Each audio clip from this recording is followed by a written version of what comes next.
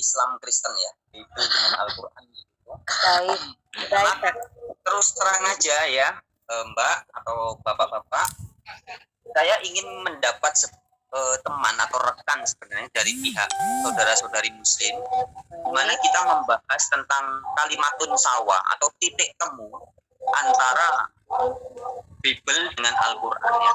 Karena kalau di luar sana atau di dalam sekitar channel-channel yang YouTube yang biasa beredar itu kan sudah banyak sekali channel-channel yang membahas tentang kontra ya, atau perbedaan atau konflik antara penganut Al-Quran dengan penganut Bible. Oke, baik. Saya pikir lebih bagus kalau kita bicara tentang hal-hal apa aja yang bisa menjadi titik temu. Karena terus terang saya harus tegaskan sahabat-sahabat teman-teman, spirit ruh saya itu beda ya. Jadi saya tidak memiliki spirit yang mencari-cari. Saya sebagai seorang Kristen, saya pengikut Yesus. Saya tidak mencari-cari dan mengkorek-korek kesalahan agama lain.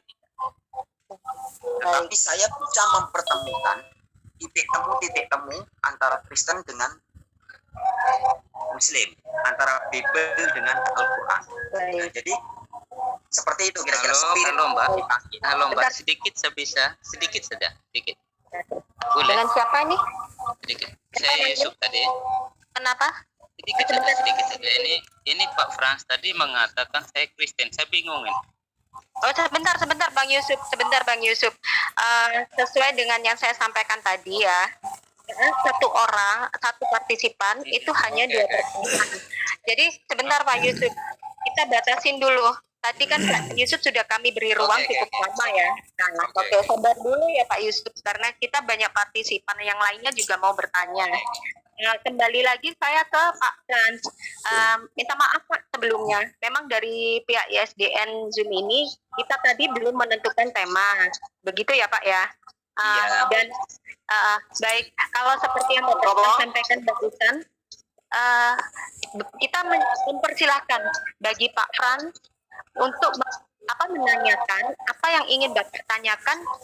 Nanti beberapa partisipan dari teman Muslim akan kita berikan ruang untuk menjawab pertanyaan dari Bapak. Jadi gini Pak, boleh Bapak bertanya ke teman Muslim, dan teman Muslim kalaupun ada yang bertanya kepada Bapak, saya himbau kepada teman-teman Muslim, satu partisipan hanya boleh 2 pertanyaan. Dan itu pun kalau Bapak kan sudah menjawab, tidak perlu melebar ke samping, ke kanan, ke kiri. Jadi fokus kalau sudah dijawab dengan Bapak Fran, oke, gitu. Jadi kita malam ini tidak debat ya, buat para partisipan.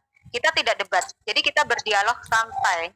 Dan kita tidak boleh ada barbar dalam bertanya. Kita santai. Jadi seperti itu para partisipan. Dan begitu Bapak Frans, misal Bapak Frans silakan mau bertanya barangkali kepada teman Muslim, Bapak mau mempertanyakan apa? Mungkin nanti. Maaf, maksudnya bukan begitu. Jadi justru teman-teman yang silahkan bertanya ya, saya menjawab. Oh gitu. Ya. Baik, sebentar. Saya lihat di sini ada yang hand raise. Ini ada dua hand raise partisipan, namanya Richard Edward dengan Aku Mengutus Diriku. Silakan siapa yang lebih dulu? Tidak boleh kan ya? Pak Richard. Oke, aku mengutus diriku dulu ya. 2 pertanyaan ya Mbak, 1 partisipan. Dan kalau sudah dijawab tidak boleh melebar ya. Oke, saya cuma mau tanya. Unitarian itu kan katanya menganut konsep monoteis ya, benar Pak? Betul sekali. Unitarian adalah istilah lain dari monoteis. Betul sekali, sama itu maknanya. Ya. Nah, ini pertanyaannya, bagaimana Unitarian ini menempatkan Yesus? Maksud saya, apa predikat Yesus dalam konsep Unitarian ini? Baik ya, langsung saya jawab. Iya. Ya. Terima kasih pertanyaan yang bagus ya. Jadi pertama saya tegaskan lagi, Unitarian itu hanya sebutan ya. Jadi orang Yahudi percaya monoteis, berarti Yahudi juga bisa disebut Unitarian. Kemudian Kristen yang Alkitabiah juga bisa disebut Unitarian. Muslim yang percaya satu Allah juga bisa disebut Unitarian. Sekarang bagaimana menempatkan Yesus? Saya sebagai seorang pengikut Kristus, saya menempatkan Yesus sebagai Kristus. Karena saya pengikut Yesus Kristus. Jadi Kristus maknanya adalah orang yang diurapi oleh Allah. Bahasa Indonesianya Mesias atau Kristus. Bahasa Arabnya Al-Masih. Jadi seorang Kristen pasti menempatkan Yesus sebagai Kristus. Karena makna dari Kristen adalah pengikut Yesus Kristus. Bukan pengikut Yesus yang lain. Tapi pengikut Yesus sebagai Kristus. Maka disebut Kristen. Pengikut Gus Dur disebut Gus Durian. Orang Indonesia disebut Indonesian. Orang pengikut Kristus disebut Kristian atau Kristen. Jadi menempatkannya seperti apa? Ya sebagai Kristus, sebagai orang yang diurapi oleh Allah. Kisah 3 ayat 13, Yesus disebut sebagai hamba dari Allah. Allah yang mana? Allahnya Abraham, Ishak, Yakub, Allah nenek moyang kita, katanya ya. Jadi Yesus adalah Kristus. Demikian jawaban. Ya, pertanyaan kedua, boleh Pak? Ya, silakan. Ya, pertanyaan kedua, jika Bapak mengatakan bahwa Bapak seorang pengikut Kristus, jadi ajaran Yesus yang mana yang diikuti oleh Unitarian ini? Dalam hal konsep ketuhanan jelas ya, monoteis. Terus dalam hal yang lain, dari masalah ritual, kemudian halal haramnya sesuatu, perintah-perintah dan lain sebagainya, konsep-konsep yang dibawa oleh Yesus itu apa saja yang diikuti oleh Kristen Unitarian maksud saya. Ya, sebenarnya Kristen yang Alkitabiah ya pasti Unitarian, kira-kira begitu ya. Jadi itu hanya istilah lah. Dan lagi saya tegaskan bahwa Unitarian hanya istilah. Cuman kalau tadi dari awal saya dikatakan Unitarian ya udah nggak apa-apa. Tapi saya lebih nyaman menyebut sebagai istilah Kristen aja. Karena di Alkitab tidak ada kata Unitarian, tapi adanya Kristen. Baik, saya jawab ya. Jadi seperti apa? Dalam Roma 10 ayat 17 dijelaskan bahwa iman timbul dari pendengaran akan firman Kristus. Jadi imannya seorang Kristen yang Alkitab pasti mendengarnya bukan dari kata-katanya Frans Journal, bukan dari dengar kesaksian manusia, bukan dari dengar kata-katanya Rasul, Nabi, bukan. Tetapi iman Kristen yang benar adalah dengar dari firman Kristus. Roma 10 ayat 17. Sehingga segala pemahamannya juga harus berdasarkan apa kata Kristus. Satu contoh, misalkan tentang siapa satu-satunya God, satu-satunya ilah yang benar. Kita tidak tanya kepada Bapak Gereja, kita tidak tanya kepada Pak Pendeta, Pak Pastor, Pak Romo, buku teologi ini, sekolah teologi, tidak. Tapi kita tanyanya kepada Yesus sebagai pusat dari Kristen. Nah, Yesus, siapa satu-satunya Allah yang benar? Dan dijawab oleh Yesus dalam Yohanes 17 ayat 3. Bapa, engkaulah satu-satunya God atau Theos yang benar. Bahasa Yunaninya ton monon aletinon theon. Itu tentang Allah. Kemudian tentang hal-hal lainnya, kalau saya jawab semua ya banyak sekali, Bu ya. Jadi semua yang diajarkan oleh Yesus itu yang kita akan ikuti. Tentang konsep Allahnya seperti apa. Kemudian tentang cara atau syarat-syarat mengikuti Yesus. Saya tidak percaya kata gereja A, gereja B, gereja C, tidak. Tapi persis seperti yang tertulis dalam keempat Injil. Dalam Injil Matius, Markus, Lukas maupun Yohanes itu jelas syarat-syarat mengikuti Yesus. Pengikut Yesus disebut Kristen ya. Kisah 11 ayat 26. Orang Kristen sama dengan murid Yesus. Jadi syarat menjadi Kristen sama dengan syarat menjadi murid Yesus. Nah, jadi siapa yang bisa disebut Kristen itu harus syaratnya memenuhi syarat seperti yang disampaikan Yesus. Pertama, harus menyangkal diri setiap hari.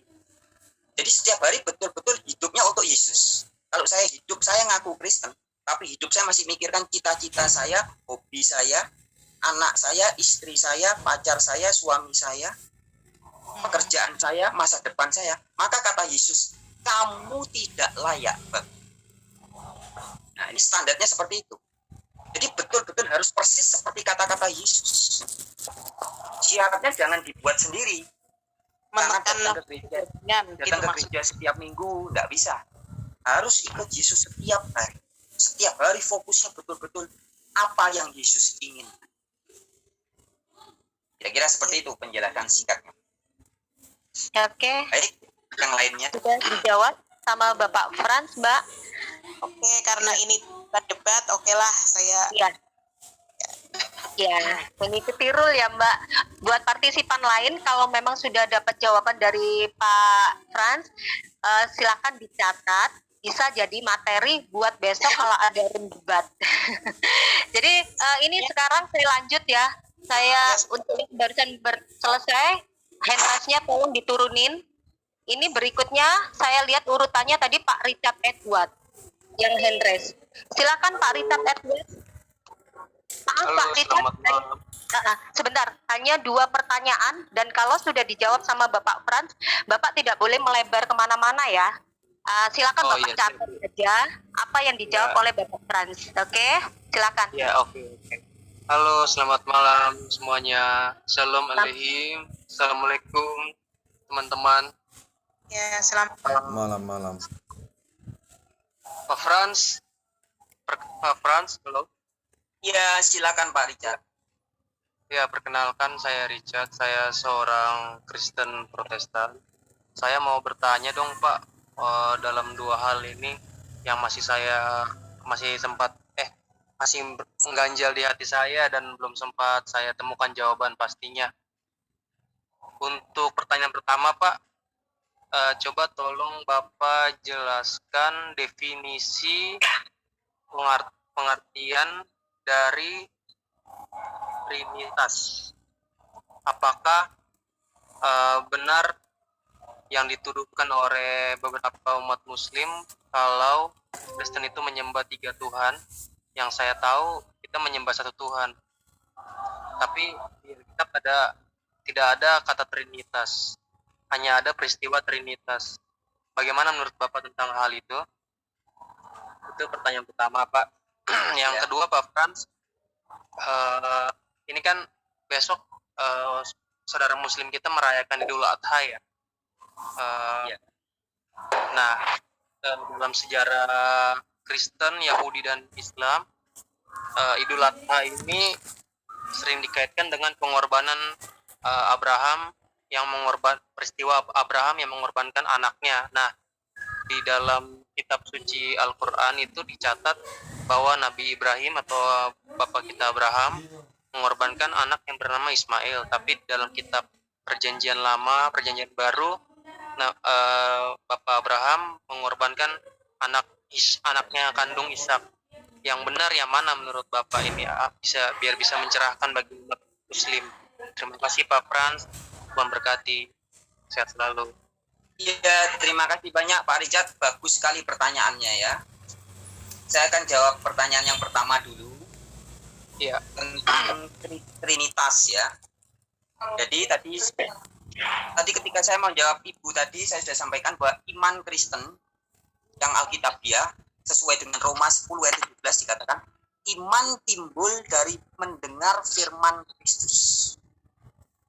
Ya, Roma 10 ayat 17. Jadi imannya orang Kristen yang asli harus dengar dari kata-katanya Kristus, bukan dari kata-kata teolog, profesor, dokter, gereja siapapun bukan, tapi dari kata-kata Kristus.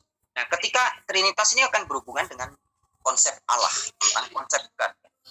Ketika Yesus Kristus berbicara tentang God yang satu itu, Yesus Kristus tidak pernah sekalipun mengatakan God itu ada Trinitas. Di Alkitab tidak ada satupun ayat dari Kejadian sampai Wahyu yang mengatakan konsep bahwa God yang benar adalah Trinitas. Tidak ada. Ya. Itu singkatnya. Kalau penjelasan panjang lebarnya bisa saya jelaskan berhari-hari, enggak. Tapi di channel YouTube saya, channel Wartawan Injil, saya sudah membuat lebih dari 200 video yang membongkar dan membuktikan bahwa Trinitas bukan ajaran Alkitab. Intinya di situ.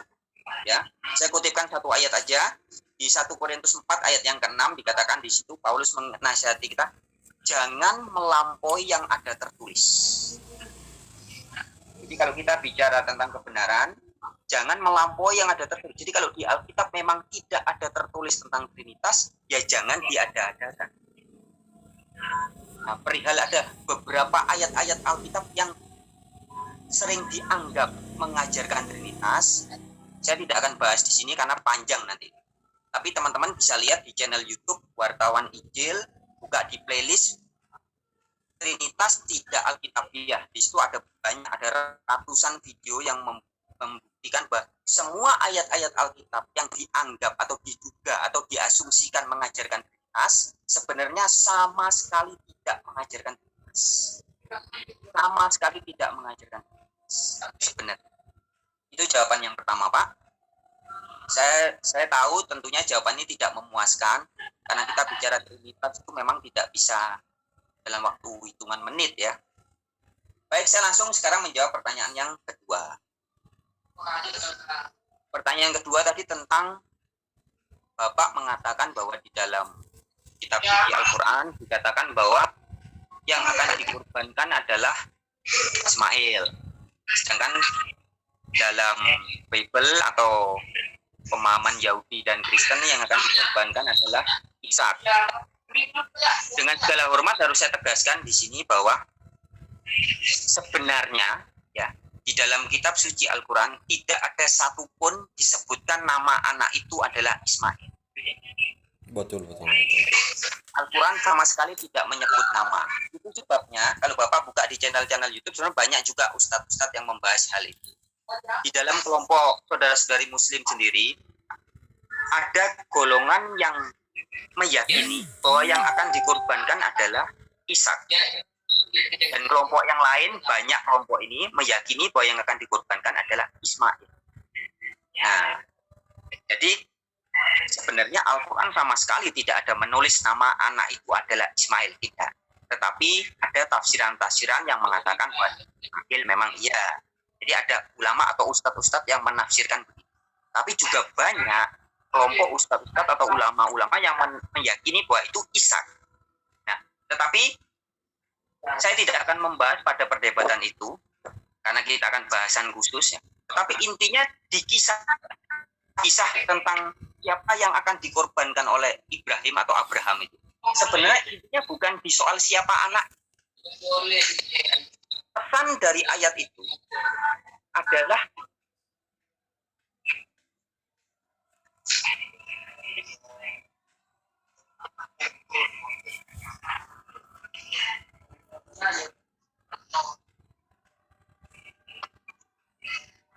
jadi ketaatan Ibrahim kepada God-nya itu yang pesannya. Ibrahim lebih memilih mengorbankan anaknya, siapapun anaknya ya, daripada tidak mentaati perintah Allah, kan begitu. Nah, jadi kita kadang sering terjebak, kita memperdebatkan hal yang bukan substansi atau yang bukan menjadi pesan. Pesan daripada Alkitab maupun Al-Quran adalah bahwa Ibrahim lebih mentaati Allah daripada mentaati kehendak pribadinya atau keinginan pribadinya. Tapi dia rela mengorbankan keinginan atau hasrat pribadi demi mentaati perintah Allah. Begitu Pak, penjelasan yang bisa saya sampaikan pada kesempatan ini. Iya, terima kasih Pak. Terima kasih Pak. Ya, sama-sama Pak.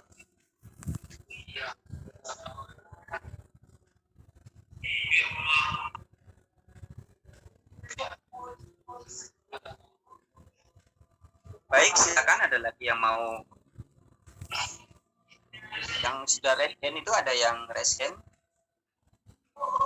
Siapa ini tadi moderatornya ya?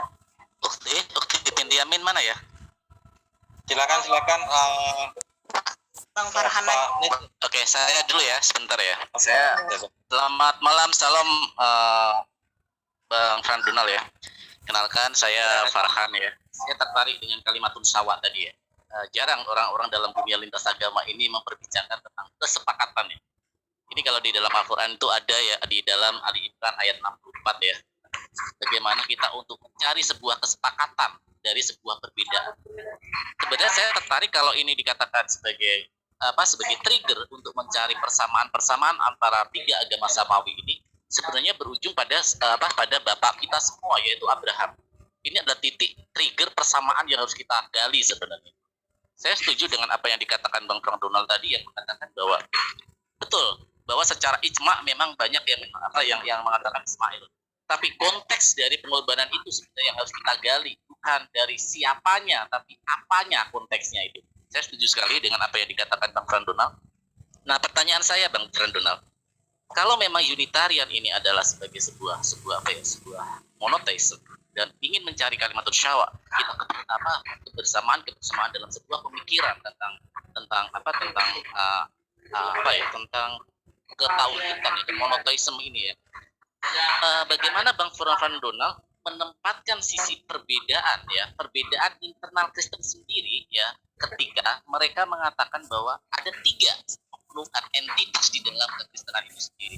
Ini kesadap yang sebenarnya memberi sebuah halangan sedikit tentang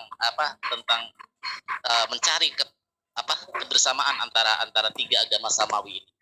Demikian Bang Fran Donald, terima kasih waktunya. Ya, baik, pertanyaan yang bagus sekali Bang Farhan ya. Baik, langsung jawab ya. Saya kalau kepada kekristenan atau orang-orang gereja, saya tegas. Saya sering sekali memberikan ilustrasi atau analogi begini. Jadi kita harus bisa membedakan antara uang yang asli dengan uang yang palsu. Sekalipun misalkan saya belum punya uang ya, tapi paling tidak saya harus tahu uang yang asli, ciri-cirinya seperti apa, yang palsu seperti apa. Atau kita juga harus tahu membedakan antara tentara yang asli dengan tentara yang gadungan. Ya, jadi kalau di sosial media itu kan banyak sekali kadang orang ngaku tentara, kemudian nipu banyak orang, banyak korban juga ya. Atau polisi, ada polisi gadungan juga di sosial media. Atau dokter banyak dokter, orang ngaku dokter ternyata gadungan. Nah, alangkah gawat kalau dokter gadungan berkeliaran bercampur baur dengan dokter yang asli di masyarakat. Tentara yang gadungan bercampur baur dengan tentara yang asli, bebas berkeliaran. Polisi juga gitu, mau gadungan mau asli yaudah enggak apa-apalah campur baur. Uang juga gitu. Di negara Indonesia misalkan orang mau buat uang palsu, uang asli tidak apa-apa, pokoknya beredar bebas. Apa yang terjadi? Negara akan chaos. Nah, itu saya berikan ilustrasi. Kita bicara konteks Kristen dulu, belum Muslim, Kristen dulu dalam konteks Kristen. Hari ini banyak kelompok orang mengaku sebagai Kristen, sebagai pengikut Kristus. Nah, syarat menjadi pengikut Yesus itu sangat jelas tertulis di Alkitab. Yesus memberikan syarat orang bisa mengikuti dia. Itu syaratnya sangat jelas tertulis. Kemudian ciri-cirinya juga. Kalau orang ngaku Kristen, kemudian God, kita nggak usah ngomong soal God dulu, tentang theos atau sesembahan. Kesembahannya berbeda dengan yang diberitakan oleh Yesus. Kira-kira orang itu Kristen beneran atau Kristen? Maka di Alkitab ada istilahnya domba atau kambing. Ya. Domba itu Kristen yang asli. Ya, jadi bahasa-bahasa binatang ini khas Alkitab ya. Yesus disebut sebagai singa, juga disebut sebagai anak domba. Ya. Pengikut Yesus juga disebut sebagai domba. Pengikut Yesus yang palsu disebut sebagai kambing. Kembali ke tadi bahwa pertanyaannya kan Mas Far, bagaimana dengan dalam Kristen Trinitas, ada yang tidak Trinitas ya. Jawabannya jelas. Kalau beda dengan yang disampaikan Yesus, sudah jelas bukan Kristen. Bisa dibilang Kristen, tapi Kristen tidak asli atau mirip Kristen atau seperti Kristen. Ya. Masing-masing golongan sebenarnya harus kembali kepada Roma 10 ayat 17 tadi. Kristen itu imannya harus simbol dari Tuhan Kristus. Kalau tanya Donald, siapa Allah yang benar? Dia bisa ngomong jadi Trinitas, jadi Trinitas, jadi empat.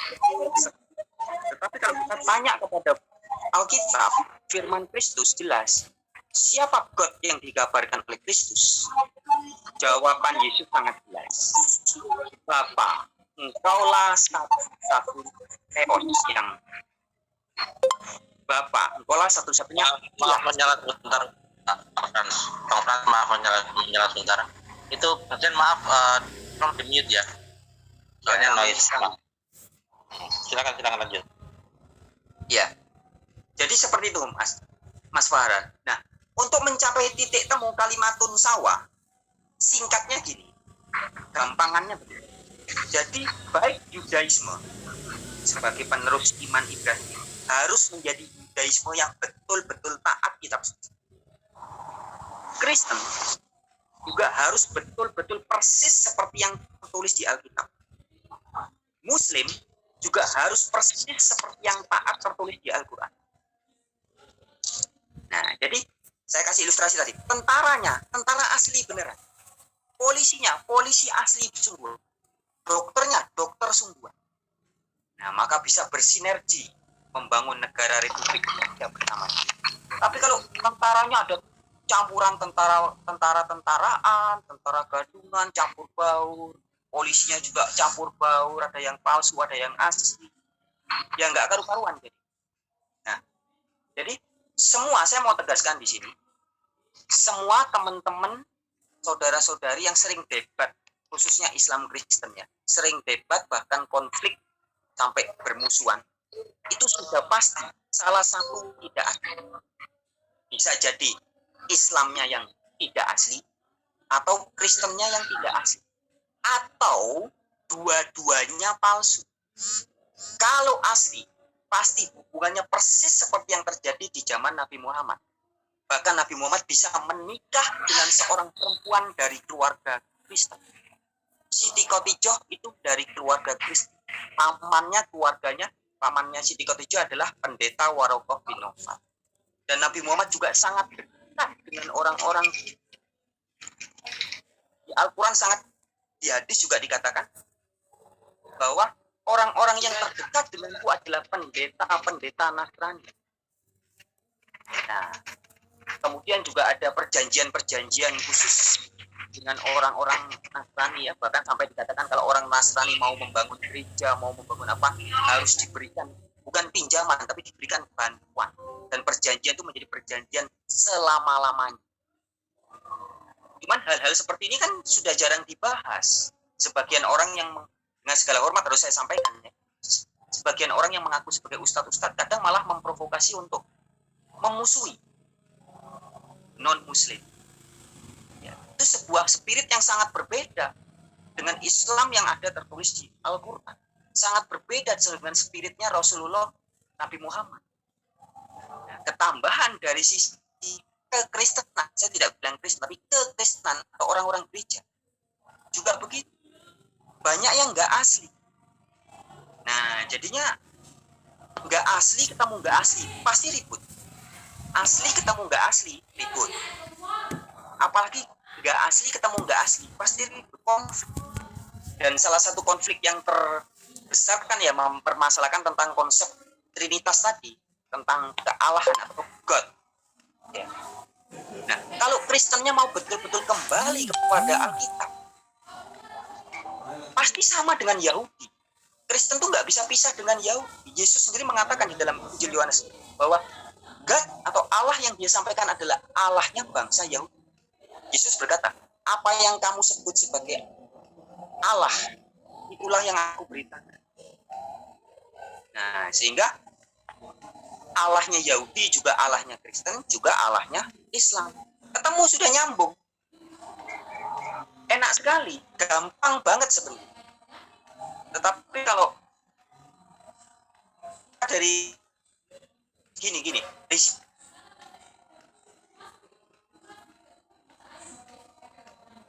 yang bergereja, saya sering sampaikan ini kepada teman-teman yang ngaku Kristen. Pastiin jadi Kristen yang asli. Kalau enggak, mesti jadi masalah. Contohnya itu tadi, membahas tentang God, tentang Allah, tentang sesembahan. Nggak selesai-selesai. Kenapa? Ya karena nggak ikut Yesus. Kristen itu kan gampang. Namanya Kristen kan pengikut Kristus, dari kata Kristus. Maka pengikutnya di Kristus. Jadi ikuti aja apa kata Kristus. Kalau Kristus bilang bahwa satu-satunya Allah yang benar adalah Bapa. Yohanes 17 ayat 3 ya. Yohanes 20 ayat 17 juga. Ya sudah, percaya aja. Paulus juga. Paulus 1 Korintus 8 ayat 6 mengatakan, bagi kita hanya ada satu Allah saja, yaitu Bapa. Dan satu pemimpin atau satu tuan, yaitu Yesus. Jadi Yesus itu pemimpinnya Paulus. Allahnya Paulus siapa? Bapa. Kan enak dong. Allahnya Paulus Bapa. Allahnya Yesus Bapa. Allahnya umat Muslim siapa? Allah juga. Allahnya bangsa Yahudi Yahweh. Sama. Nah, saya tertarik. Saya sudah memahami konteksnya ya. Ada pembahasan tadi ya tentang dunia debat ini. Ini yang saya sangat sayangkan ya. Terjadi sebuah provokator. Nah, memang kapasitasnya untuk terjun di dunia tidak mampu. Mereka dengan militansi, dengan biro saja tanpa dibarengi dengan ilmu yang mumpuni, sehingga mereka hanya menghujat kadang-kadang. Sehingga terjadi sebuah perpecahan dalam dialog ini, yang akhirnya malah bukannya menemukan titik temu kalimat musyawarah itu, tapi malah terjadi perpecahan. Dialog bukan untuk menyatukan, malah untuk memecah belah gitu loh. Nah, ini yang saya juga tadi di channel saya juga saya sempat prihatin dan saya buat konten juga, mau dibawa kemana sebenarnya dialog lintas agama ini gitu. Ini mau dibawa ke dalam perpecahan atau di dalam persatuan gitu. Sangat naif sekali kalau kita mengatakan bahwa dialog lintas agama untuk cari menang-menangan. Sangat naif. Karena sebuah agama bukan untuk menang kalah, tapi bagaimana titik temu dan menjadi kehidupan menjadi lebih baik bagi umatnya. Nah, yang menarik adalah gini Bang Frandonal. Nah, ada titik yang sebenarnya bisa kita temukan, yaitu bahwa kalau mengikuti Yesus berarti Tuhannya adalah Bapa. Tidak ada lagi multi choice, yaitu cuman satu choice doang, yaitu tentang Bapa itulah Tuhan itu sendiri, bukan yang lain. Nah, kalau seumpama umat Kristen ini memahami hal seperti ini, sebenarnya banyak kalimat usaha itu yang kita bisa kesepakatan dalam hal ini banyak. Contoh, Abraham sebagai titik triggernya, Yesus sebagai nabi, kita nabi juga menghargai. Nah, sebenarnya banyak untuk itu. Menurut Bang Frandonal, apa yang mesti kita lakukan sih untuk menemukan sebuah kesepakatan dalam dunia lintas agama ini?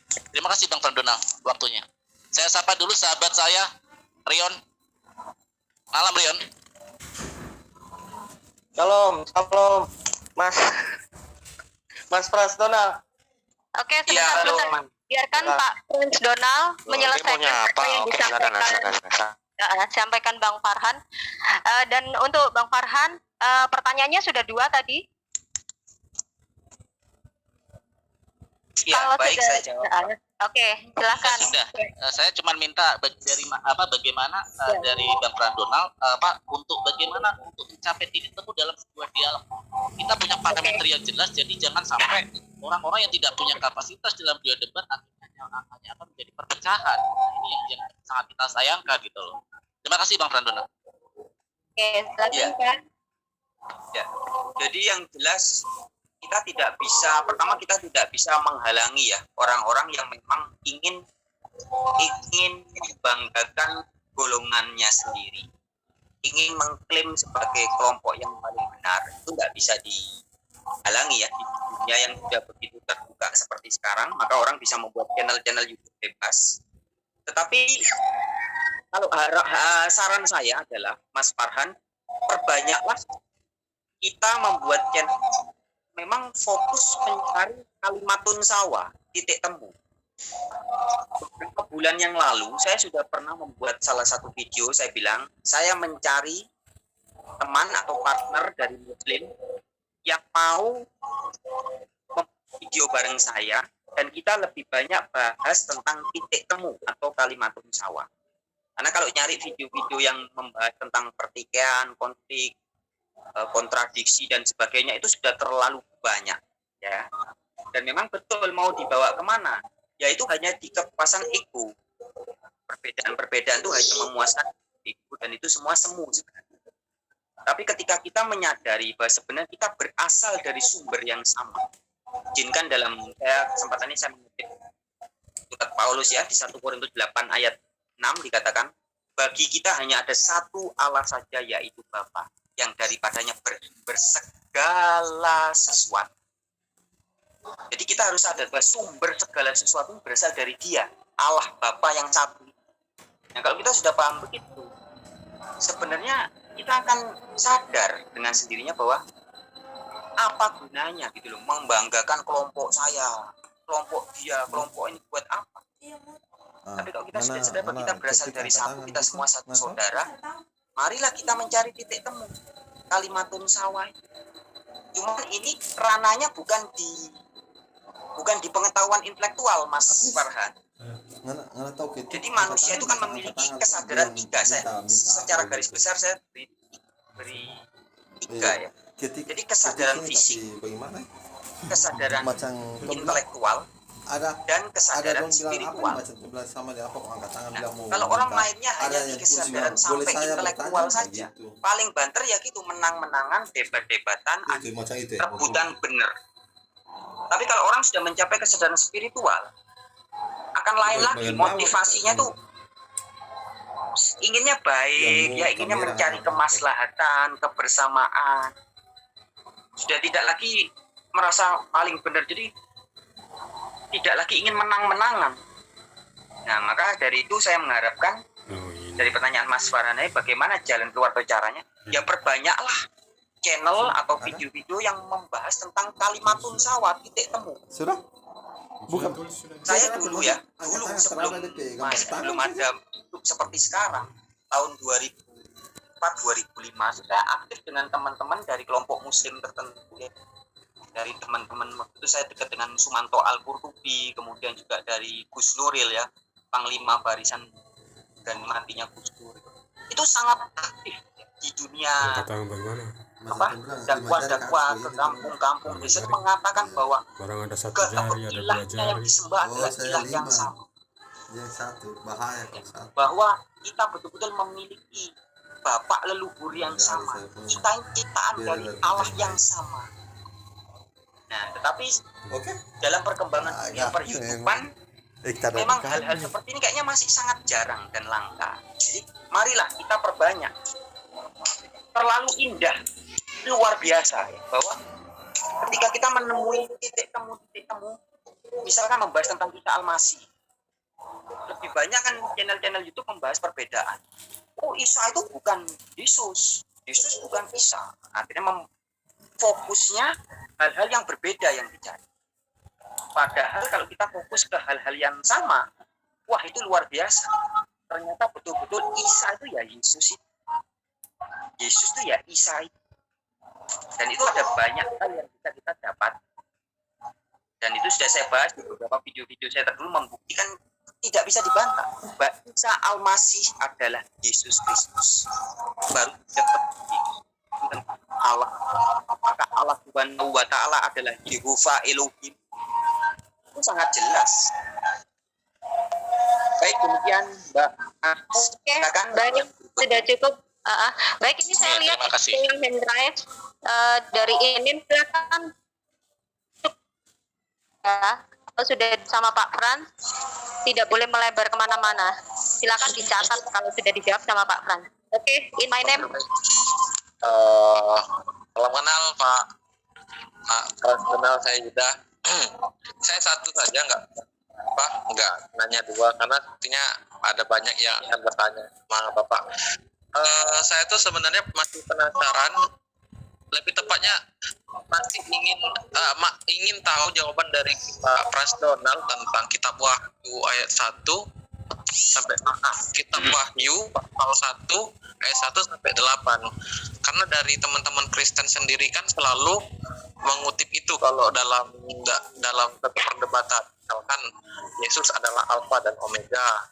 Sedangkan saya sendiri ketika saya menemukan suatu hal yang baru, kayak misalkan bukan dalam terjemahan baru LAI, tapi kayak Selabir gitu kan, di situ dikatakan Yesus itu tidak berkata aku Alfa dan Omega, tapi di situ disebutkan Tuhan Allah berfirman. Nah, bagaimana tanggapan dari Pak Frans Donald untuk ini?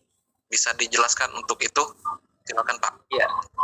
Ya baik, terima kasih Mas in my name ya, namanya Yuda Pak. Yuda Pak. Iya. Yuda, Mas Yuda ya. Iya. Jadi kalau membaca kitab Wahyu itu kuncinya di pasal 1 ayat 1. Dipahami dulu. Ya, saya bacakan. Wahyu pasal 1 ayat 1. Nanti kalau ini baca Wahyu ayat-ayat berikutnya jadi jelas. Kalau kita patokannya tidak lari dari Wahyu 1 ayat 1. Saya bacakan. Inilah wahyu Yesus Kristus. Berhenti dulu kita di situ ya. Inilah wahyu dari siapa? Yesus Kristus. Wahyu dari siapa? Yesus, orang yang diurapi oleh Allah. Kristus artinya kan orang yang diurapi. Inilah wahyu dari Yesus, orang yang diurapi. Baik, kita lanjut. Yang dikaruniakan Allah kepadanya. Makin jelas kan? Inilah wahyu Yesus Kristus, bukan hasil karyanya Yesus sendiri, bukan karakter Yesus sendiri, tapi wahyu Yesus Kristus dari mana? Dikaruniakan Allah kepadanya. Dari Wahyu 1 ayat 1 sudah jelas. Ada dua di sini. Satu, si penerima wahyu, yaitu Yesus. Dan si pemberi wahyu, yaitu Allah. Ya, jelas ya. Jadi Yesus sumber wahyunya. Tapi Yesus penerima karunia wahyu. Siapa pemberinya? Allah. Siapa penerimanya? Yesus. Lanjut. Itu kok ramai sekali ya suara anak kecil. Yang noise sebentar, saya lihat. Tolong di ini Di tolong mute ya. Sebentar, saya lihat. Baik, saya lanjut ya. Silakan. Inilah wahyu Yesus Kristus yang dikaruniakan Allah kepadanya. Di sini Yesus. Jadi Allah memberi karunia wahyu kepada Yesus. Kemudian Yesus menyampaikan supaya ditunjukkannya kepada hamba-hambanya apa yang harus segera terjadi. Dan oleh malaikatnya yang diutusnya telah menyatakannya kepada hambanya Yohanes. Jadi ada empat pihak ya. Allah yaitu Bapa memberikan karunia wahyu kepada Yesus. Yesus kepada malaikatnya. Malaikat kepada siapa? Yohanes. Nah, jadi tahap-tahapnya gitu. Sumbernya dari Allah. Allah ke Yesus. Yesus ke malaikatnya, malaikat ke Yohanes. Kita lanjut lagi. Ayat 2. Yohanes telah bersaksi tentang firman Allah dan tentang kesaksian yang diberikan oleh Yesus Kristus, yaitu segala sesuatu yang telah dilihat. Ayat 3. Berbahagialah ia yang membacakan dan mereka yang mendengarkan kata-kata nubuat ini dan yang menuruti apa yang tertulis di dalamnya, sebab waktunya sudah dekat. Terus, salam kepada ketujuh jemaat. Nah, jadi wahyu dari Allah Bapa tadi dikaruniakan ke Yesus, Yesus ke malaikat, malaikat ke Yohanes, Yohanes terus buat siapa? Untuk ketujuh jemaat. Tahapannya begitu. Sekali lagi ya, dari Allah Bapa ke Yesus. Yesus apa? Kristus. Yesus itu Kristus, orang yang diurapi oleh Allah. Dari Yesus ke siapa? Ke malaikat. Dari malaikat ke siapa? Ke Yohanes. Dari Yohanes ke siapa? Ketujuh. Baik, kita lanjutkan ya. Salam kepada ketujuh jemaat. Dari Yohanes. Salam yang pertama dari siapa? Dari Yohanes. Kepada ketujuh jemaat yang di Asia. Kasih karunia dan damai sejahtera menyertai kamu. Koma. Dari dia. Dari dia siapa ini? Jelaskan di ayat ini. Ayat 4.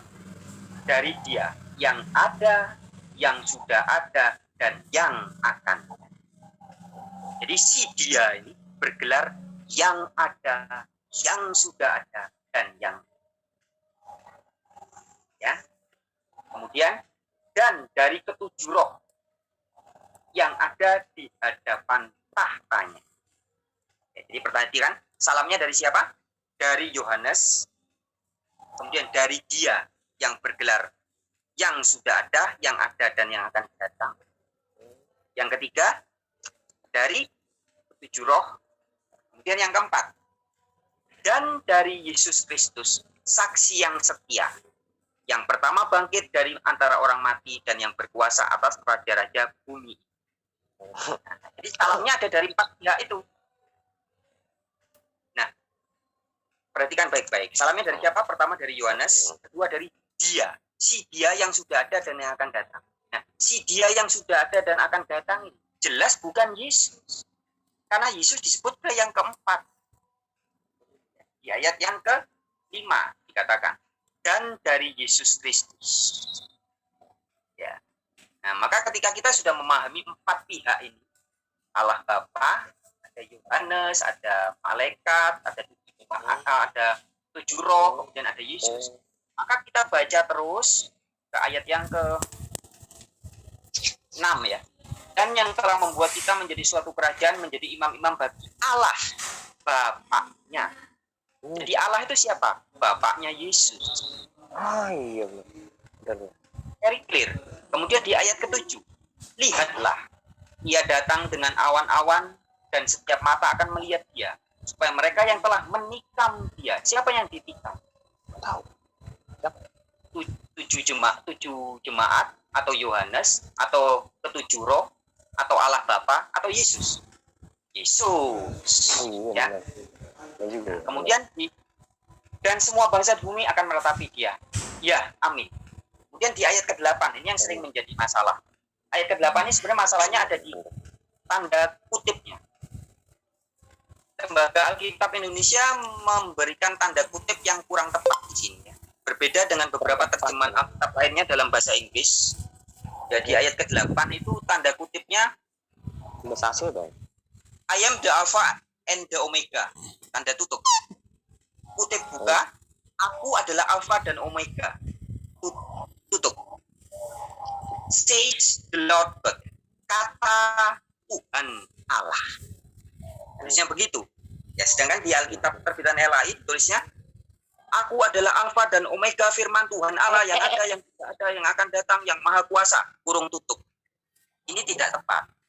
Sehingga bisa ditimbulkan pemahaman seolah-olah itu adalah Yesus. Padahal tidak. Jadi di ayat ke-8 kita tadi diberitahu oleh ayat yang ke-4 bahwa siapa yang bergelar dia yang sudah ada, yang ada dan yang akan datang adalah Bapa, bukan Yesus. Alfa dan Omega yang dimaksud di ayat 8 itu bukan menunjuk kepada Yesus. Itu disebutkan yang maha kuasa. Siapa yang maha kuasa? Yang maha kuasa itulah yang di ayat 1, Wahyu 1 ayat 1 dikatakan sebagai yang mengaruniakan wahyu kepada Yesus Kristus. Maka kalau kita membaca wahyu ayat-ayat berikutnya semakin jelas terang benderang. Misalkan di Wahyu 3 ayat 12, Yesus bahkan mengatakan barang siapa menang akan kujadikan soko guru di dalam bait suci Allahku. Yesus punya Allah. Jadi Yesus mau di bumi, di surga tetap memiliki Theos, memiliki God, memiliki Allah. Sangat jelas, terang benderang sebenarnya. Itu Mas. Penjelasan dari waktu 1. Terima kasih. Sudah ya Pak. Pak, maaf, ini ada lagi satu yang hand raise, namanya Aderion. Ya, silakan, Aderion, ya sebentar Pak. Saya kasih ini penjelasan dari Aderion buat Aderion. Aderion, pertanyaan maksimal 2. Dan kalau sudah dijawab Pak Frans, kamu tidak boleh melebar ya. Kamu catat aja, ya. Oke, silakan. Atau shalom aleichem, Mas Frans. Ya, Mas Aderion. Ya, Mas Frans, aku mau nanya. Yesus itu tuh sebenarnya kalau disebut firman itu adalah Allah di Yohanes 1 ayat 1. Firman itu ciptaan atau bukan? Ya, pertanyaan yang kedua.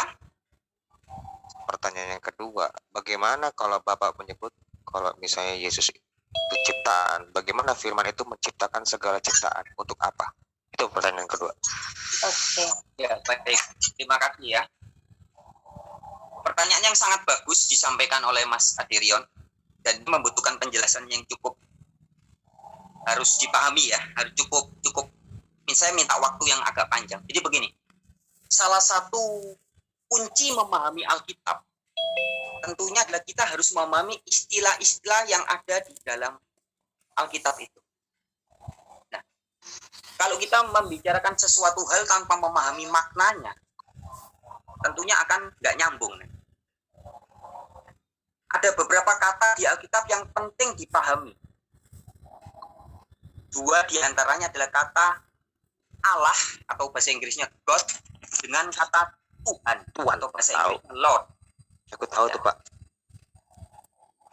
Jadi kalau sudah memahami makna kata Allah yang ada di Alkitab atau God yang ada di Bible, maka ketika setiap kita menemukan kata God atau kata Allah,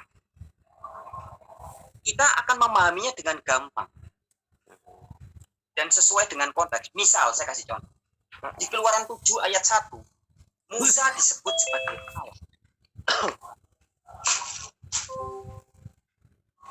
Kemudian Yehova di Ulangan 7 ayat 10 disebut sebagai Allah dari segala Allah. Loh, berarti ada banyak Allah. Ulangan 10 ayat 17. Yahweh adalah Allah dari segala Allah. Ya. Kemudian juga Yesus dalam Yohanes 10 ayat 34 sampai 35 mengatakan, kepada siapa firman disampaikan boleh disebut Theos atau Allah. Ya. Tadi kita lihat di dalam Keluaran 7 ayat 1 Musa disebut sebagai Allah karena Musa berfungsi sebagai penyampai pemberita firman. Nah, kalau teman-teman buka di 2 Korintus 4 ayat 4, bahkan setan, iblis juga disebut sebagai Theos. Di terjemahan LAI ditulisnya sebagai ilahi ya. Tetapi kalau bahasa Inggrisnya God, bahasa Yunaninya Theos. Setan, iblis itu juga Allah menurut Alkitab. Nah, itu sebabnya dalam Korintus 8 ayat 5 Paulus mengatakan, memang ada banyak yang bisa disebut Theos atau Allah atau God, baik di sorga maupun di bumi. Sorga, siapa aja yang bisa disebut Allah? Mazmur 82 ayat 1. Malaikat-malaikat disebut sebagai para Allah. Mazmur 82 ayat 1, silakan dibaca. Allah berdiri dalam sidang ilahi di antara para Allah. Nah, saya sampaikan hal-hal ini ya. Contoh-contohnya masih banyak ayat-ayat yang lain. Hakim-hakim juga disebut Allah, kemudian arwahnya Samuel juga disebut Allah dan sebagainya ya. Malaikat yang bertemu dengan Musa itu juga disebut Allah. Malaikat yang bergumul dengan Yakub, yang berkelahi dengan Yakub dan Yakub menang, itu juga disebut Allah. Itu ayatnya ada di Hosea 12. Jadi artinya teman-teman, banyak di Alkitab ini sosok atau entitas yang bisa disebut sebagai Allah. Allah di Alkitab tidak selalu menunjuk kepada Sang Maha Tinggi. Nah, teman-teman bisa lihat di kamus Strong. Ya, bisa buka sendiri nanti. Di kamus Strong itu setidaknya definisi atau makna dari kata Theos atau Allah atau God atau Elohim itu memiliki 4 makna. 1, bisa menunjuk kepada Sang Maha Kuasa, yaitu Yahweh. Bisa menunjuk kepada hakim-hakim atau judges. Hakim-hakim juga disebut Allah. Bisa menunjuk kepada makhluk-makhluk ilahi atau para pembawa firman. Ya. Ini semua sebutannya dengan satu kata, Theos.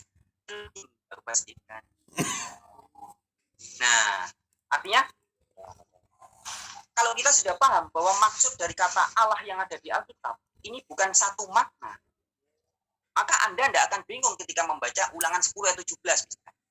Yahweh adalah Allah dari segala Allah. Saya kasih ilustrasi yang gampang. Allah atau Theos di Alkitab itu kan gelar. Kalau di Indonesia ada gelar presiden. Saya beri contoh. Sang presiden mengundang seluruh presiden yang ada di Indonesia. Loh, presidennya ada berapa? Banyak. Presiden di Indonesia ada berapa? Ada banyak. Ada Presiden Indonesia Lawyers Club, Presiden Bank BCA, Presiden Bank Mandiri, Presiden ini, Presiden, ada banyak ribuan. Tapi kalau kita konteksnya bicara tentang Presiden Negara Republik Indonesia, hanya satu. Itu sebuah ilustrasi saja. Jadi ketika Ulangan 10 ayat 17 mengatakan Yahweh adalah Allah dari segala Allah, kita tidak bingung. Jadi maksudnya Yahweh itu Sang Maha Kuasa dari segala. Mas, ini moderator mana ya? Pertanyaanku bukan ke situ. Ini aku Nanti saya akan jawab ke situ.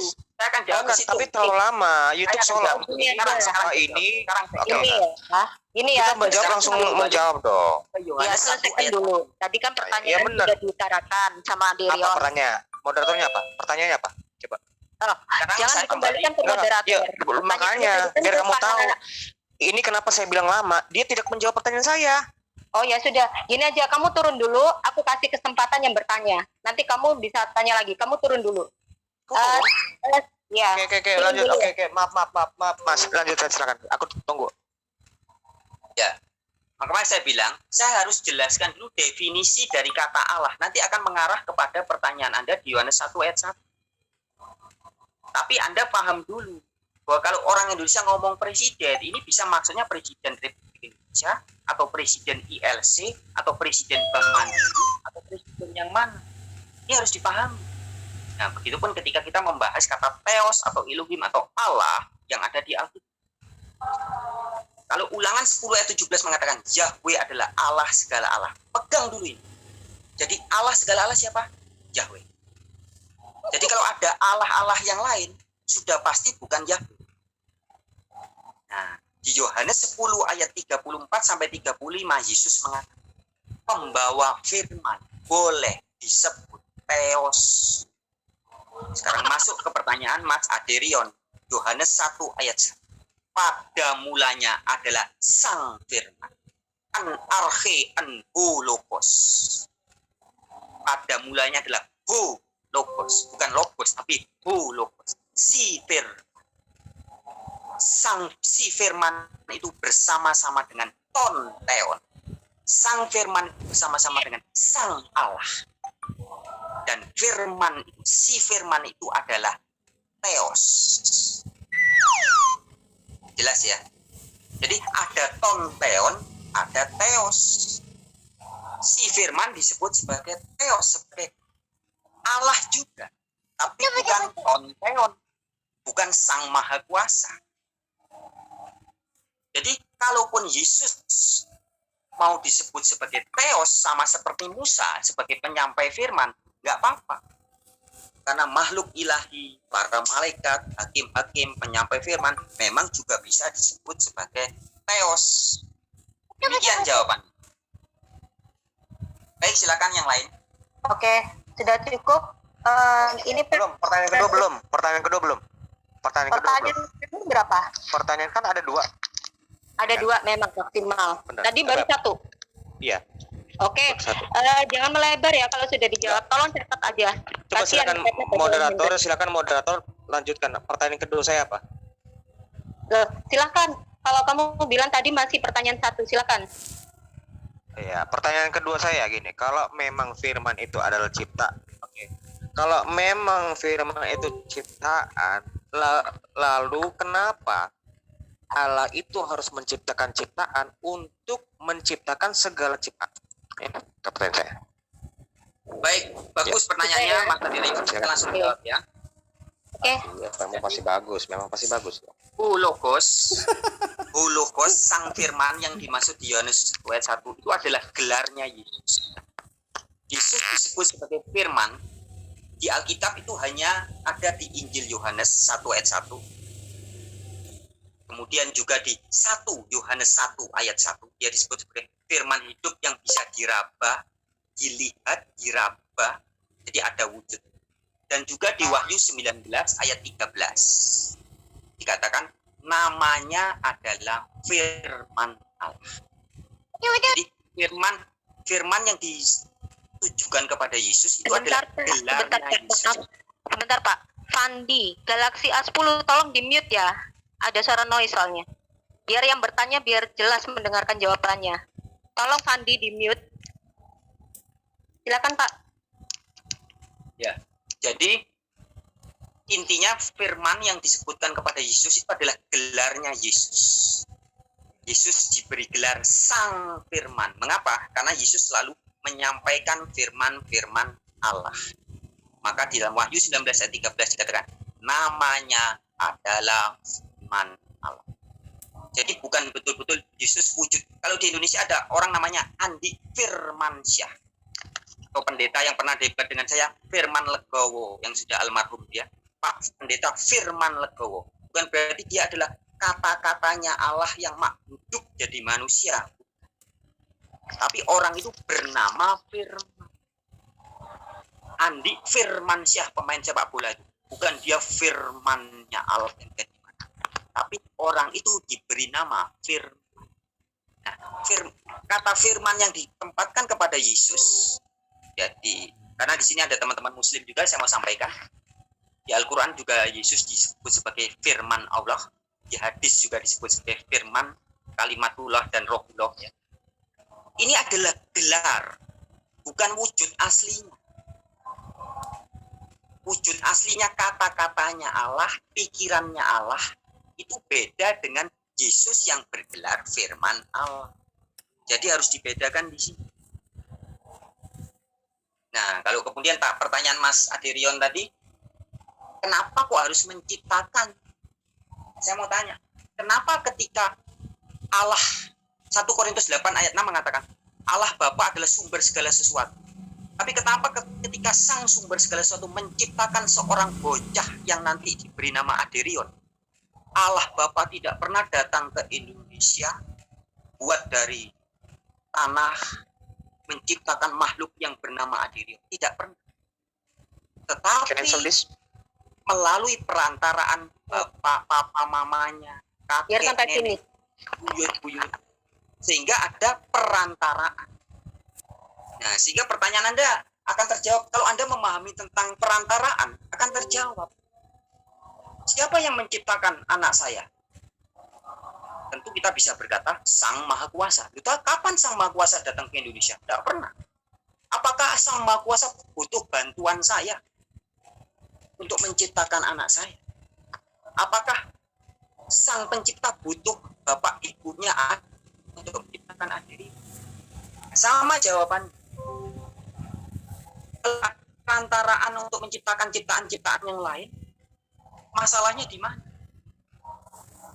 Jika Allah Bapa untuk menciptakan sesuatu melalui perantaraan Yesus atau perantaraan malaikat atau perantaraan kita, saya mau bikin pisang goreng melalui perantaraan Frans Donar, kan bisa.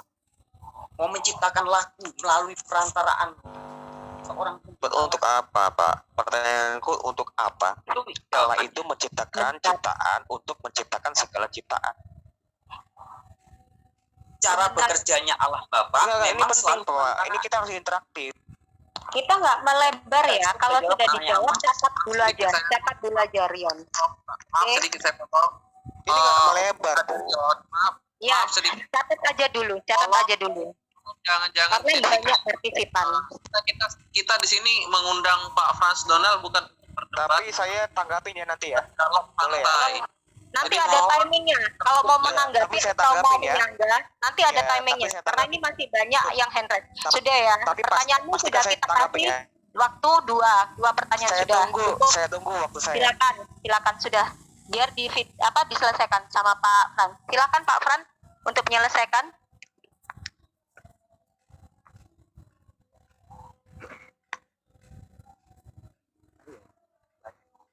Mas Frans di mute.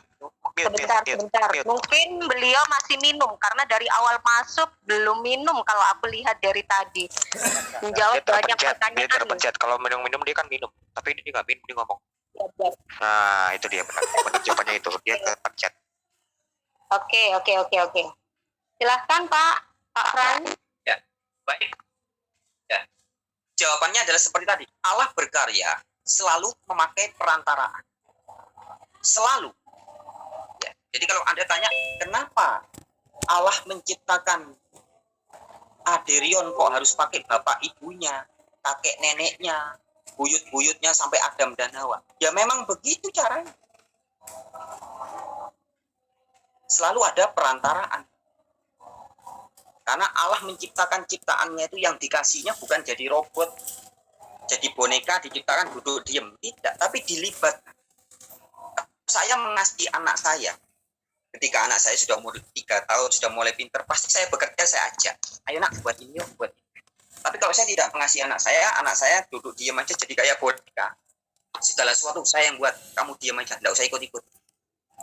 Allah Bapa dan sosok yang seperti itu, dia dalam menciptakan segala sesuatu selalu melibatkan ciptaan-ciptaan. Maka di dalam Kejadian 1 ayat 20 dikatakan, marilah kita. Orang itu kan bahasa melibatkan. Kalau orang Jawa itu nguongke, dimanusiakan. Sama seperti Presiden Jokowi ketika membangun Bandara Papua. Dia berkata, marilah kita membangun Bandara Papua. Yang datang bukan Jokowi sendiri, pacul, ngangkat-ngangkat foto. Dia ngutus menteri. Dia menteri ngutus pekerjaan umum kontak di Papua. Di sana yang ngerjakan tukang-tukang bangunan. Selalu ada perantara. Allah Bapa itu raja berkuasa. Dia tidak single factor, segala sesuatu dilakukan sendiri. Namanya raja berkuasa itu segala sesuatu selalu memakai perantaraan, mendelegasikan. Nah, jadi jangan heran kalau Yesus diberi tugas khusus, manusia juga diberi tugas khusus. Ada yang diberi talenta membuat, kecerdasannya bisa membuat teknologi. Sekarang kita bisa Zoom seperti sekarang. Yesus Allah Bapa tidak pernah menciptakan Zoom, tidak pernah menciptakan gadget, tidak pernah menciptakan internet. Tidak pernah. Ya, tapi kita bisa bilang semua bersumber dari Dia. Baik, seperti itu jawabannya. Baik, selanjutnya silakan. Selanjutnya ada yang hand raise nih, Alif Rakai. Belum saya tanggapi itu. Bertanya sendiri, aku bilang. Yang menyangga nanti waktunya. Oke. Mau tanya dong. Assalamualaikum. Alif yang aku lihat hand raise, Alif silakan. Ya, Bang Adion, tenang, saya sedikit kok pertanyaannya nanti sebagian waktu untuk Anda. Biar nanti Boleh. lebih Tanya sama saya aja lebih baik. Bapak tanya sama saya. pastinya saya singkat aja ke Bang Apakah silakan Donald. Alif? Ya, Bang Donald, Donald kebetulan tadi juga kita ngobrol di grup ya, artinya saya awali gini dulu, menarik dengan perkataan Anda tadi di awal bahwa kata kalimatun sawa ya, kita mencari perkataan persamaan, oke ya. Sehingga ini jadi teringat tadi waktu kita ini mengatakan kebenaran, cuman kita menunjuknya berbeda gitu loh. Oke, kita saling menghargai apa yang dikatakan benar menurut Anda juga sebaliknya gitu. Saya ulang baca deh. Yang pasti kebenaran sesungguhnya bisa diuji oleh logika yang benar tanpa melawan logika. Artinya di sini namun Anda memang menjawab pertanyaan saya ini atau statement saya ini dengan video yang Muslim dan Kristen cakar-cakaran dan lain sebagainya. Justru saya mengajak bahwa kita menemukan kalimatun sawa itu, Bang. Atau boleh saya di sini ingin mendengar langsung aja deh tanggapan Anda dari apa yang tadi saya sampaikan, mungkin masih ingat ya di grup. Saya Alif Raka yang tadi. Terima kasih Bang Donald. Halo, maaf. Saya lupa. Tidak ingat karena banyak sekali di grup WA saya itu ada banyak, dan Anda yang mana menanyakan apa? Diulangi aja. Oh, diulangi Pak. Pak Alif, silakan. Iya. Artinya gini, sebenarnya sepakat kita itu harus menemukan kalimatun sawa ya. Artinya kita bagaimana caranya berdiskusi menemukan satu kata persamaan. Menemukan ya, artinya sampai kebenaran itu benar-benar pada satu titik yang sama gitu kan. Kalaupun kita sedang diskusi berbeda, kita saling menghargai gitu kan. Menghargai pendapat Anda yang menurut Anda benar, tapi tetap kita harus benar-benar kebenaran yang sungguh-sungguh itu bisa diuji oleh logika, oleh logika yang benar tanpa melawan logika. Maksud saya, apakah Anda sepakat dengan ini atau Anda kan tadi merespon dengan video yang Muslim dan Kristen kebanyakan cakar-cakaran begitu loh Pak. Sudah nangkap mungkin apa yang saya tanyakan atau teringat tadi obrolan ini? Iya, saya mulai menangkap. Oke. Nggak apa-apa, simple aja. Jadi penasaran maksudnya. Silahkan. Singkatnya sebenarnya kuncinya adalah kejujuran ya. Jadi kalau kita mau bicara kebenaran hakiki, kita pertama harus jujur di hadapan Sang Maha Pencipta. Kemudian yang kedua jujur terhadap diri sendiri. Baru yang ketiga kita jujur terhadap orang lain. Itu. Kalau kita mau jujur membaca membaca teks kitab suci itu kan jadi enak. Bapak Muslim ya? Iya, betul. Misalkan begini Pak, kalau kita bahas tentang kekristenan ya tentunya kita sumbernya di Alkitab atau Bible. Itu jelas banget, kita akan tahu siapa Yesus sebenarnya, siapa God yang benar, siapa, itu jelas sekali. Tapi kalau sudah ada kepentingan-kepentingan kelompok atau golongan seperti, maaf dengan segala hormat saya harus sebut Mas Aderion tadi ya, yang ingin mengajarkan Trinitas supaya jadi kayaknya benar ya. Jadinya gampang itu jadi ribet. Yesus sudah jelas bilang, satu-satunya Allah yang benar adalah Bapa. Yohanes 17 ayat 3. Kan selesai toh. Kuncinya kalau perjanjian baru, Yohanes 17 ayat 3. Kunci untuk memahami siapa Allah yang benar. Yohanes 17. Kalau perjanjian lama, Ulangan 10 ayat 17. Yahweh adalah Allah atau Theos atau God dari segala God. Jelas. Yeremia 10 ayat 10. Yahweh adalah Allah yang benar. Kan selesai. Tapi kalau ada kepentingan-kepentingan, loh berarti nanti Trinitas jadi nggak benar dong. Wah, dia mau mencari-cari dalih, mencarinya susah kalau begitu. Kalau mau jujur tuh gampang banget memahami. Nah, begitupun teman-teman Muslim, misalkan untuk mencari persamaan dengan Bible, di Al-Quran jelas dikatakan Al-Maidah 46 ya katakan, bahwa Injil di dalamnya ada cahaya dan petunjuk dari Allah. Al-Maidah 46. Dan di ayat 68, di ayat 48-nya dikatakan dan Allah menjaganya. Jadi yang dijaga oleh Allah itu kitab Taurat, Injil, Al-Quran, dan semua kitab-kitab Allah. Itu terjaga pasti sudah. Nah, kalau kita pegang ini, pegang dulu kunci. Kemudian di Al-Maidah 68 dikatakan, hai ahli kitab, kamu tidak dipandang beragama sedikit pun. Terjemahan yang lain mengatakan, kamu tidak berada dalam kebenaran sedikit pun. Jika kamu tidak menegakkan Taurat, Injil, dan apa yang diturunkan Allah kepada. Jadi Injil ini sangat penting. Saya kasih contoh. Misalkan hari ini ada orang-orang, sebagian orang yang mengatakan bahwa Taurat dan Injil yang asli sudah tidak ada, sudah hilang. Nah, kalau yang ngomong itu orang yang nggak percaya Al-Quran, saya pikir ya bisa dimaklumi. Tapi kalau orang yang percaya Al-Quran mengatakan bahwa Taurat dan Injil yang asli sudah nggak ada, bagaimana ini? Di Al-Maidah 46 jelas dikatakan Injil di dalamnya ada cahaya dan petunjuk. Nah, kalau saya mengatakan bahwa Injil yang asli sudah nggak ada, sama dengan saya mengatakan bahwa petunjuk dari Allah sudah tidak ada. Cahaya dan petunjuk sudah tidak ada. Kemudian, perintah dari Al-Maidah 68 tadi, hai ahli kitab, kamu tidak akan berada dalam kebenaran sedikit pun hingga kamu menegakkan Taurat dan tidak bisa ditegakkan. Bagaimana mungkin Injil dan Tauratnya sudah tidak ada, tapi perintah itu datang suruh menegakkan sesuatu yang sudah tidak ada. Itu satu contoh. Contoh yang lain, Yunus 94. Hai Muhammad, jika ada keraguan tentang apa yang kami turunkan, tanyakanlah kepada pembaca kitab sebelum kami. Siapa pembaca kitab sebelum Muhammad? Jelas orang Rabi Yahudi dengan kitabnya Taurat, pendeta-pendeta Nasrani dengan kitabnya Injil. Nah, jadi ini sangat nyambung semua. Nah, marilah kita coba ke depannya lebih banyak membicarakan titik temu di sini. Dengan segala hormat saya beri satu contoh ya. Maaf, saya harus ngasih contoh yang nyata supaya tidak menjadi gosip atau menjadi hoax ya. Saya kasih contoh nyata. Misalkan ini, besok kan mau hari raya Idul Adha. Tadi ada yang bertanya tentang perdebatan. Siapa selama ini yang benar yang akan dikorbankan oleh Ibrahim itu siapa? Al-Quran ditulis namanya anaknya Ibrahim, tapi tidak dikatakan namanya siapa. Nah, seandainya saudara-saudari Muslim mau taat Yunus 94, jika ada keraguan, tanyakan kepada pembaca kitab. Tanya sama orang Yahudi dengan kitabnya Taurat. Ketowelo-welo. Di Taurat. Interpretasi. Siapa ini? Satu contoh nyata. Jadi tidak ada perdebatan lagi. Kalau mau bertanya jadi jelas. Taurat dan Injil adalah cahaya. Bisa ngomong Pak, bisa ngomong. Siapa ini? Sebentar. Boleh saya nanya? Nanti dulu. Boleh nanggapi. Boleh nanggapi. Saya nanggapi dulu. Boleh?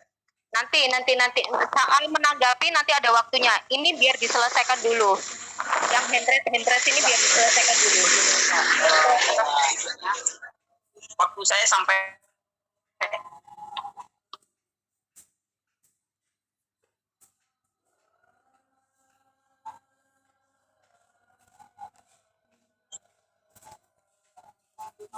Itu narasumbernya di mute gimana? Oke, karena rame, saya mute. Kalau rame saya mute.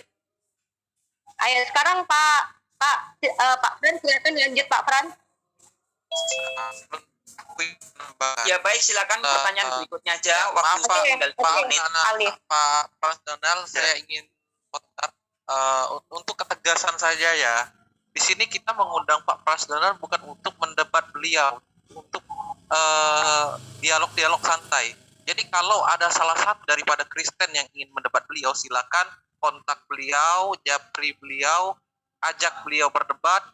Silakan, kami menjadi wadah berdebat di sini. Saya Muslim Pak. Jadi sekarang malam ini tidak ya. Jadi malam ini tidak ada istilahnya perdebatan. Ya, Ya, silakan Pak. silakan. Lanjutkan. Kalau gitu Pak Alif sudah ya, tadi sudah dijelaskan Pak Frans Donald sudah mengatakan sudah cukup. Sekarang saya ke Bang Kristen. Bang Zen yang hand raise ya. Silakan Bang Zen. Yang hand raise Bang Zen. Assalamualaikum warahmatullahi Waalaikumsalam. Maaf.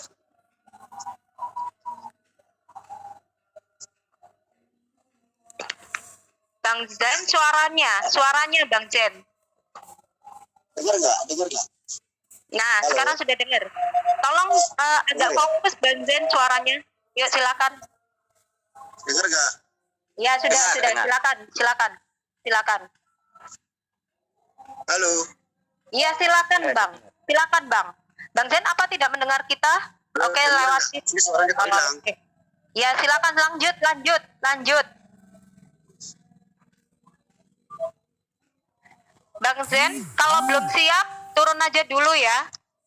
Biar beri waktu yang lain. Ini suaranya Bang Zen hilang. Halo, boleh gabung Pak? Dengan siapa ini? Muslim Pilatus. Ya, Pilatus ya. Ayo silakan Pilatus. Ini saya mau menanggapi Al-Maidah 68 tadi yang disampaikan Pak Frans. Sebentar Pak Pilatus, nanti kalau sudah ditanggapi sama Pak Frans, jangan melebar ya. Cukup Ya, dicatat oke. aja dulu. Oke. Ini Mbak. Ya. Bang Zen putus nanti dulu Bang Zen. Bang Zen nanti dulu. Putus suaranya. Silakan Pilatus. Ya, begini Mbak, saya mau bertanya tentang Maidah 68 itu yang disampaikan Pak Frans. Sudah siap pertanyaannya? Mau sebentar, mau tanya ke Ini narasumbernya Pak Frans. Iya, Bang Fran. Gini. Saya mau Bang Fran bertanya waktunya ke Pak tinggal berapa Frans. lama lagi? Sebentar, Bang Fran waktunya tinggal berapa lama lagi? Sampai jam 9. Iya, jam Sampai 9 jam konten. 9. Oke, berarti Silakan. Pilatus. Singkat saja. Boleh bicara Mbak, boleh bicara? Silakan Pilatus. Ya, begini Agak Mbak. dipercepat. Tadi Pak Itu Frans. yang lain mute dulu lah, yang main mute dulu. Ya. Ya, ini Al-Maidah 68 Pak, yang saya tanggapi bahwa ini ditujukan kepada Paulus. Karena Paulus itu telah membatalkan dan tidak menegakkan hukum Taurat. Di sini Allah mengatakan, wahai ahli kitab, kamu tidak dipandang beragama sedikit pun hingga kamu menegakkan ajaran-ajaran Taurat. Paulus itu telah membatalkan dan membatalkan segala hukum Taurat. Dengan penyaliban Yesus, kata Paulus, maka segala hukum Taurat itu telah dibatalkan. Itu kata Paulus, maka ini ditegur oleh Tuhan melalui Al-Maidah 68. Itu saya mau sampaikan saja Mbak. Tolong Pak Frans, jelaskan apakah Paulus yang mengatakan penyaliban Yesus itu telah membatalkan hukum Taurat. Nah inilah teguran dari Allah Subhanahu wa taala kepada orang-orang yang mengaku dirinya sebagai pengikut Kristen. Silakan tanggapi Pak Frans. Oke.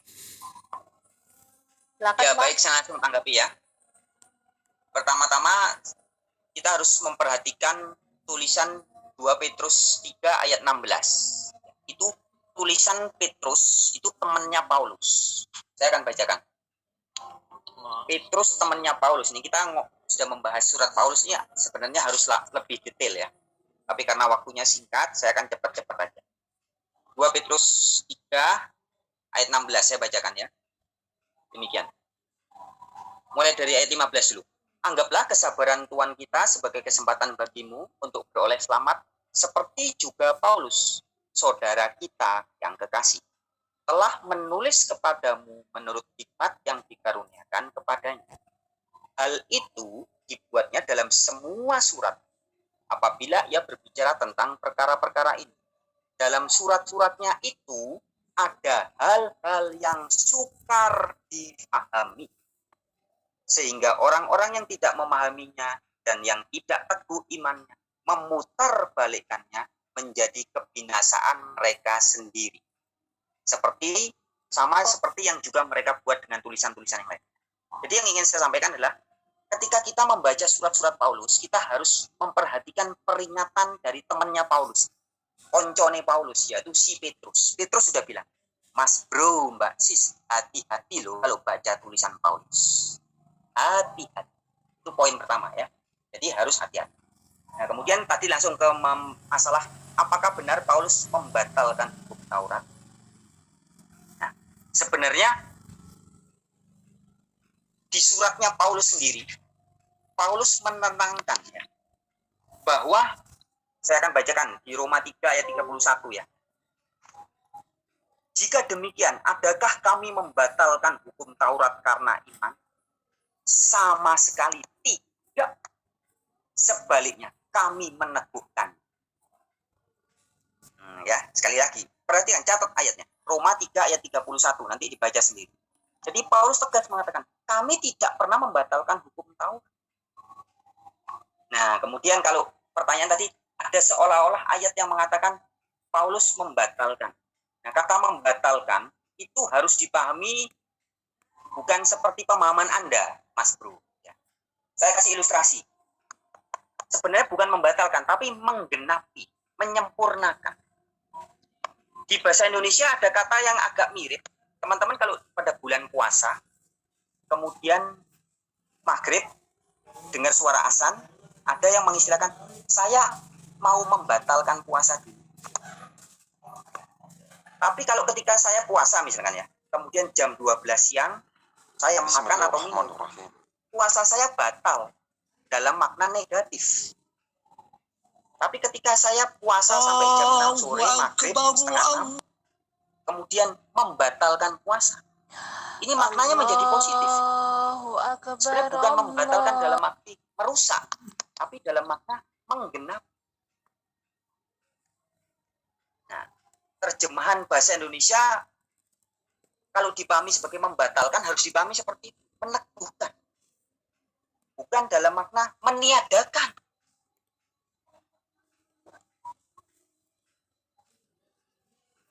Halo? Halo? Ya, masih dengar ya? Ya. Jadi bukan dalam makna meniadakan. Ya, kemudian ini nih, singkatnya begini. Bentar, Pilatus. Singkatnya langsung aja ke ayat karena waktunya tinggal. Boleh saya ngomong ini?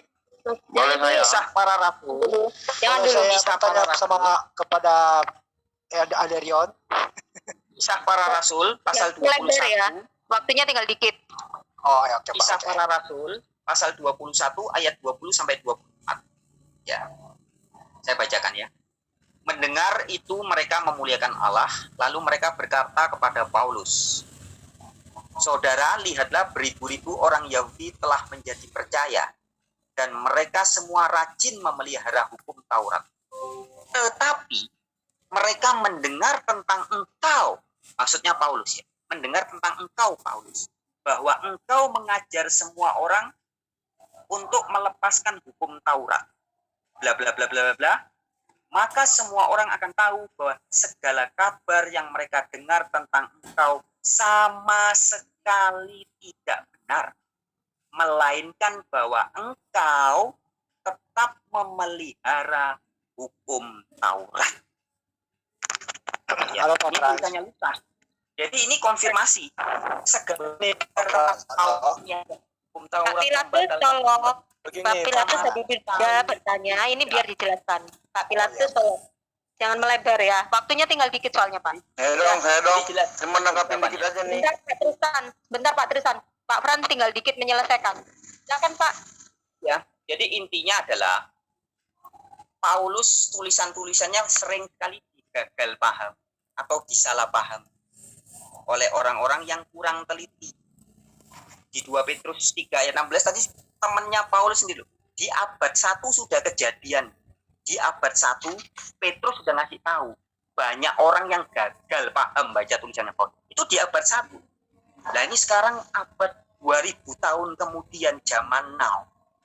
Ya kemungkinan lebih banyak lagi orang yang gagal paham memahami tulisan-tulisan Paulus. Salah satunya yang sangat terkenal adalah dogma atau doktrin yang tersiar kabar luas bahwa Pauluslah yang menjadikan Yesus sebagai God.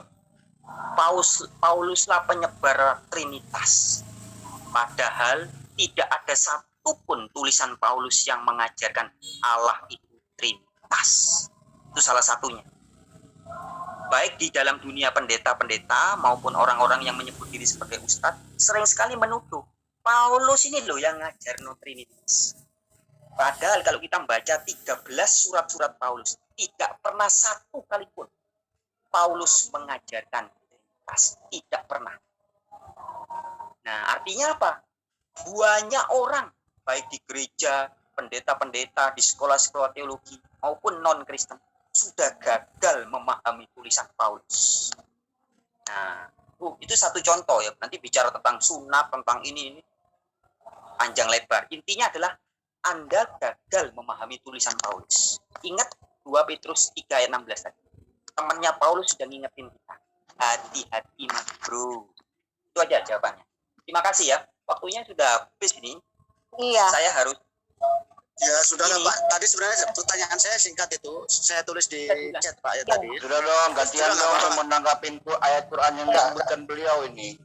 Boleh ini bukannya gantian, saya malah belum ini loh.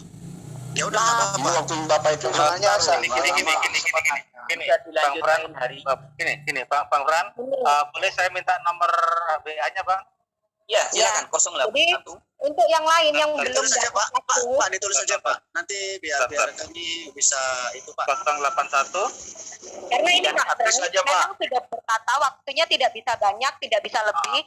Jadi minta tolong para partisipan yang barusan masuk agak malam tadi dan mau bertanya tidak punya waktu. Nanti kita akan undang Pak Frans lagi. Jadi minta tolong. Saya mau menanggapi sedikit bisa nggak? Masalah ayat Quran yang diikuti beliau ini. Nanti. Nanti aja dong, nanti bisa nomor telepon. 081 91 Bisa ke Pak saya atau ada 118 081 91 47. Aduh, waktunya habis ini. Aduh, 081 91 47 43 41 8. Saya ulangi ya. 081 91 47 43 418. Oke, insya Allah besok saya undang lagi ya Bang ya ke sini ya. Mungkin besok bisa Bang. Lagi dua hari ya. Besok mau sama Masnya pada YouTube kalau nggak salah. Saya bisa menanggapi nggak 3 menit? Gini aja Pak. Tolong Pak. Kita koordinasi lewat WA saja nanti Bang Fran saya lewat WA nanti kapan bisanya dan kami akan infokan ke yang lain kapan Bang Fran bisa masuk ke sini gitu. Iya, baik, terima kasih buat semuanya. Oke. Makasih Bang kehadirannya Bang. Jangan kapok untuk sini lagi. Insya Allah kapan kita akan undang Bang Fran lagi gitu ya. Baik, terima kasih. Salam sejahtera. Wassalamualaikum warahmatullahi wabarakatuh. Salam. Malam. Waalaikumsalam warahmatullahi wabarakatuh. Udah kayak ceramah Jainuddin MZ. Saya menanggapi nih, walaupun orangnya nggak ada. Pertama, Al-Maidah 46, ini sembarangan aja dikutip. Jadi Ya nggak apa-apa. Ini kan kita nih biar nggak terpengaruh ya. Iya, iya, iya. Yang belum paham. Iya, nggak Mohon sebentar. Iya. 48 itu dikatakan Al-Quran diturunkan dengan kebenaran dan membenarkan kitab-kitab sebelumnya. Dan setelahnya itu dikatakan Al-Quran adalah penyeleksi kitab-kitab sebelumnya itu. Betul. Nah, kemudian jika engkau Muhammad dalam keraguan, tanyakanlah kepada ahli kitab sebelumnya. Ini kan ayatnya ayat lihab. Berangkai kayak setelahnya. At-Taubah 31, mereka menjadikan rahib-rahib mereka, pendeta-pendeta mereka sembahan selain Allah. Masuk Al-Bayyinah ayat 6. Wallazina kafaru min ahlil kitab wal musyrikin ulaik binar jahannam. Qalilina fiha abada ulaikahum sarul bariyah. Jadi ahli kitab yang musyrik dan kafir itu kekal di neraka. Jadi maksudnya jika Nabi Muhammad ragu, tapi kan Nabi Muhammad gak ragu gitu. Iya, benar. Ini dia sebenarnya saya mau kritisi tadi itu aja. Iya. Satu lagi yang dia masalah ayat masalah Taurat dan Injil itu. Taurat bukan punya dia, Injil bukan punya dia. Injil itu yang ada di Yohanes 4, 43 dan 44. Dan Gini bro Tristan, bro Tristan. Iya, bro Tristan. Aku